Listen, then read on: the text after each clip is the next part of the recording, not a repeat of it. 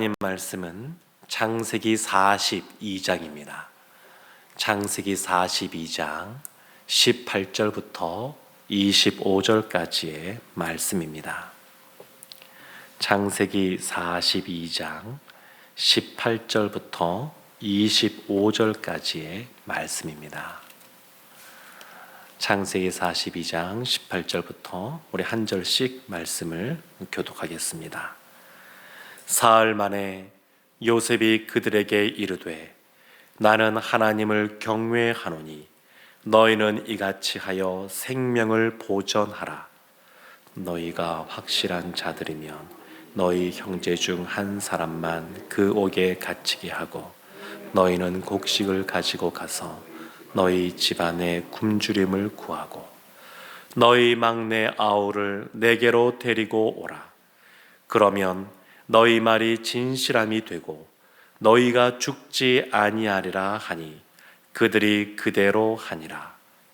그들이 서로 말하되 우리가 아우의 일로 말미암아 범죄하였도다. 그가 우리에게 애걸할 때에 그 마음의 괴로움을 보고도 듣지 아니하였으므로 이 괴로움이 우리에게 임하도다. 르우벤이 그들에게 대답하여 이르되 내가 너희에게 그 아이에 대하여 죄를 짓지 말라고 하지 아니하였더냐. 그래도 너희가 듣지 아니하였느니라.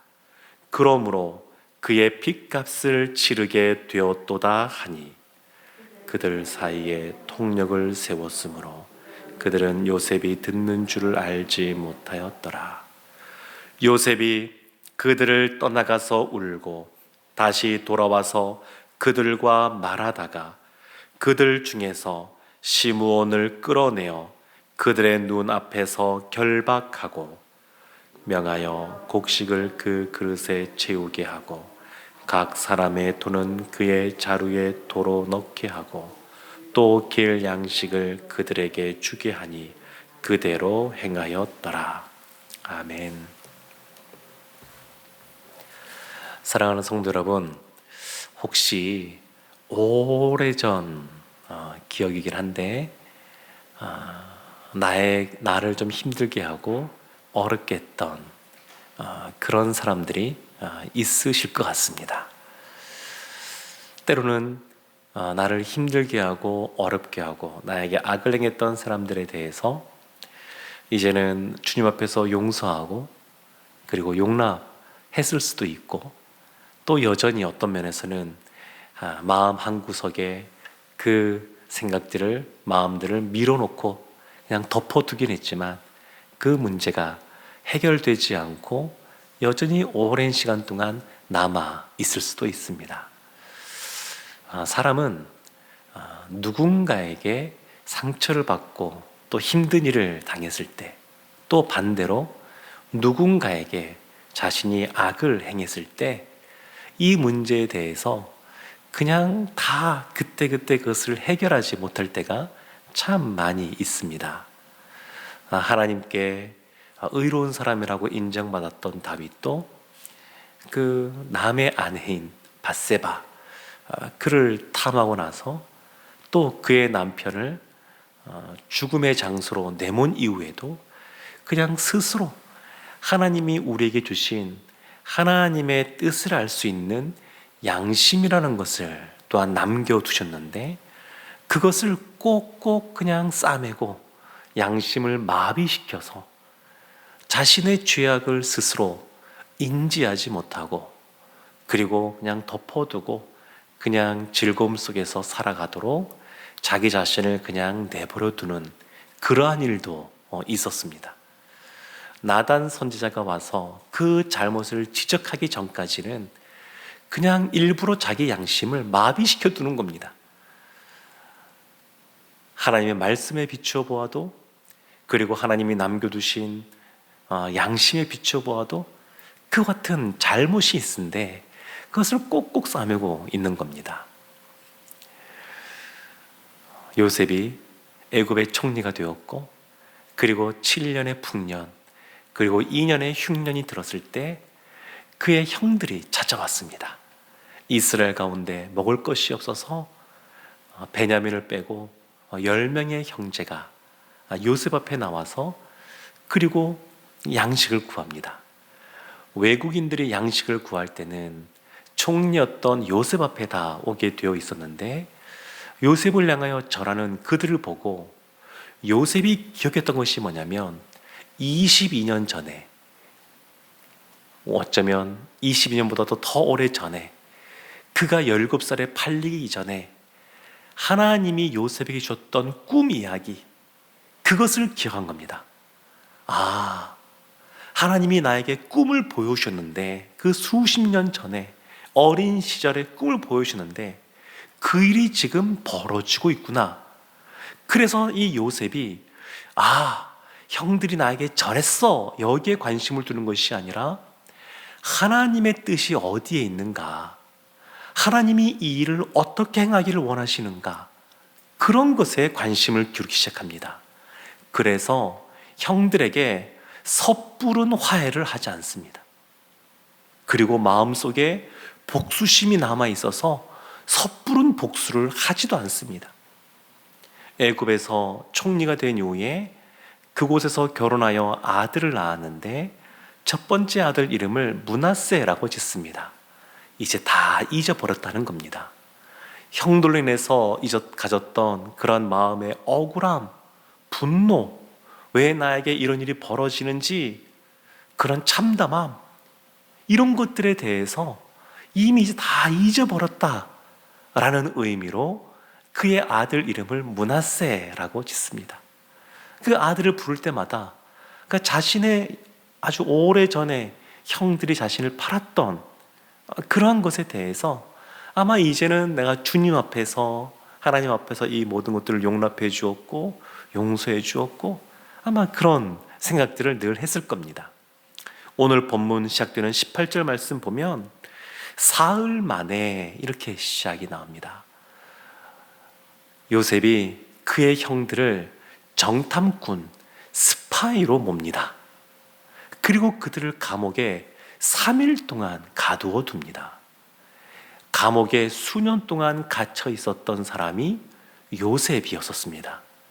그래서 이 지하 감옥에 갇혀 있다고 하는 것이 사람의 마음에 어떠한 어려움을 주는지, 그리고 사람 마음에 어떠한 심경의 변화를 주는지 사실은 요셉이 누구보다 잘 알고 있는 사람입니다. 그런데 그 요셉이 그냥 3일 동안 그냥 감옥에 내버려 둡니다, 형들을. 그리고 그 3일 동안 그 감옥에 있으면서 성경에 다 나와 있지 않지만 아마 형들 사이에 그 마음의 변화들이 생긴 것 같습니다. 요셉은 3일 만에, 사흘 만에 그 형들에게 이렇게 말합니다. 나는 하나님을 경외한다. 하나님을 경외한다. 근데 처음 나오는 표현도 아닙니다. 요셉이 종으로 팔렸을 때 그 주인이었던 보디발, 그의 보디발의 아내가 요셉을 유혹할 때 나는 하나님 앞에서 이와 같은 죄를 범할 수 없다, 이렇게 말을 했었습니다. 감옥에 갇혔을 때 꿈을 해몽해 주게 되는데 그때도 꿈은 하나님이 해석해 주시는 것이다, 이런 말도 했습니다. 바로 앞에 섰을 때에 바로의 그 꿈도 마찬가지인데 그것도 하나님께서 바로 당신에게 알려주실 것입니다, 그렇게 말을 했습니다. 그러니까 늘 요셉은 포로로, 종으로 팔려갔지만 이 종으로 있으면서도 여전히 그의 삶의 주인은 하나님이시다라고 하는 것을 인정하고 가는 곳마다 늘 하나님을 선포했던 사람이 요셉입니다. 형들에게도 나는 하나님을 경외하는 사람입니다, 이렇게 이야기를 합니다. 그러면서 형들에게 이와 같은 대책을 말해주는데 18절 끝에 보면 이같이 하여 생명을 보존하라, 그렇게 말을 합니다. 형제 중 한 사람은 옥에 남아있고 다른 사람은 돌아갔다가 그들이 막내 아들 있다 그러니까 그 사람을 데려와라. 그러면 너희가 정탐꾼, 스파이가 아니라고 인정해 주겠다. 근데 이때 형들의 반응입니다. 21절에 그들이 이렇게 말합니다. 요셉이 그 자신들의 말을 알지 못한다라고 생각하고 통역에 있었으니까 그들끼리 말을 하는데 21절에 한 사람이 남아야 된다 이야기를 듣고 나서 또 베냐민 그 마지막 막내를 데리고 와야 된다 얘기를 듣고 나서 그들의 말이 이겁니다. 우리가 아우의 일로 말미암아 범죄하였도다. 우리가 범죄하였도다. 이들도 마음속에 22년 전에 동생을 팔았던 것, 그것이 계속 남아있었던 겁니다. 그 사이에 형들이 얼마나 말을 했을까? 아마 그리지 않았을 것 같습니다. 함께 죄를 저질렀지만 그 죄악에 대하여 그냥 스스로 그냥 그것을 계속 감싸면서 마음 깊은 곳에 이렇게 그냥 넣어뒀을 겁니다. 누구 한 사람 꺼내지 않았을 겁니다. 이 막내였던 그때 어렸던 요셉 그 동생을 판 이후에 아버지였던 야곱이 얼마나 상심해 있고 기쁨을 잃고 살았는지를 잘 알았을 겁니다. 그러면서 말을 꺼내지 않았을 겁니다. 양심이 마비되는 거죠. 하나님이 양심을 통하여 하나님을 알게 하고 하나님을 바라보게 하고 하나님께 돌이키게 하기도 하시는데 또 그것이 아니어도 하나님의 말씀을 통하여서 하나님이 어떤 걸 원하시는지 알 텐데 이와 같은 문제를 해결하지 않으니까 22년 동안 제대로 하나님 앞에 은혜와 회복을 누리며 살지 못했을 겁니다. 그런데 감옥에 갇혀 있는 그 시간, 요셉이 섣불리 화해하지 않고 그들에게 하나님께서 어떻게 행하실지, 하나님이 어떠한 계획을 갖고 계신지 그것에 먼저 초점을 맞추고 그들을 3일 동안 감옥에 두었을 때에 그들 마음에 변화가 생긴 것입니다. 그리고 우리라는 표현이 나옵니다. 그러니까 원망하지 않습니다. 그때 우리가 요셉을 팔았던 것은 요셉이 너무 잘난 척했기 때문이다, 요셉의 잘못 때문이야, 이렇게 말하지 않습니다. 아버지가 그 아들 12명 중에서 유독 요셉을 사랑했고 위해줬기 때문이다, 아버지의 편애 때문이다, 이렇게 말하지도 않습니다. 또 자신들이 그 당시에는 너무 어렸다, 요셉이 17살이었지만 그의 형들도 나이가 20대 많아봐야 초중반입니다. 그러니까 그때는 우리가 너무 어려서 판단을 잘 못해서 그랬다, 자신들의 잘못을 축소하거나 회피하고자 하지 않습니다. 이제는 직면하는 겁니다. 우리가 범죄하였도다. 우리가 범죄하였도다. 하나님이 지금 이 일련의 과정들을 통해서 이 요셉의 형들의 그 마비된 양심을 일깨우고 있고 하나님 앞에 회개하고 돌아올 수 있는 기회를 지금 주고 계신 겁니다. 21절 보면 우리라는 표현이 계속 반복해서 나옵니다. 우리가 아우의 일로 말미암아 범죄하였도다. 그가 우리에게 애걸할 때에 그 마음의 괴로움을 보고도 듣지 아니하였으므로 이 괴로움이 우리에게 임하도다. 하나님은 매일매일 우리의 잘못에 대해서 심판하시는 분이 아니십니다. 오래 참으시고 기다리는 분이십니다. 그러나 마지막 끝에 종국에 가서는 심판하시는 분이 또한 하나님이십니다. 이 형들이, 요셉의 형들이 22년 전에 있었던 그 아우의 괴로움, 그 괴로움을 주었던 자신들의 범죄로 말미암아 우리가 지금 이와 같은 괴로움을 당하게 되었다, 이것을 깨닫고 이제 받아들이고 있습니다. 이 이야기를 통역을 통하지 않고도 들었던 요셉, 마음이 어떠했을까요? 그 마음속에는 형들을 향해서 이미 용서해주고 용납해주고 그들의 잘못을 다 잊어버리고, 하나님께서 형들이 팔았지만 사실은 형들이 팔았다기보다 하나님이 나를 먼저 보내서 미리 준비하고 예비케 하셨다는 것을 이미 요셉은 깨달은 상태였습니다. 그런데도 이 형들이 자신들의 잘못을 뉘우치고 괴로움 속에 있고, 그러니까 요셉의 반응이 24절에 이렇게 나옵니다. 요셉이 그들을 떠나가서 울고 다시 돌아와 말을 하게 됩니다. 그러니까 하나님은 우리들 가운데 있는 이러한 죄악의 문제, 범죄한 사람도 또 상처받은 사람도 다 회복시키십니다. 이스라엘 공동체를 이스라엘 되게 하기 위해서 그들 마음속에 앙금처럼 남아있을 수밖에 없는 이 문제를 이런 식으로 풀어가십니다. 요셉도 처음부터 이런 계획을 다 세우진 않았을 겁니다. 그냥 와서 절하는데 보니까 형들입니다. 그래서 어떻게 할까?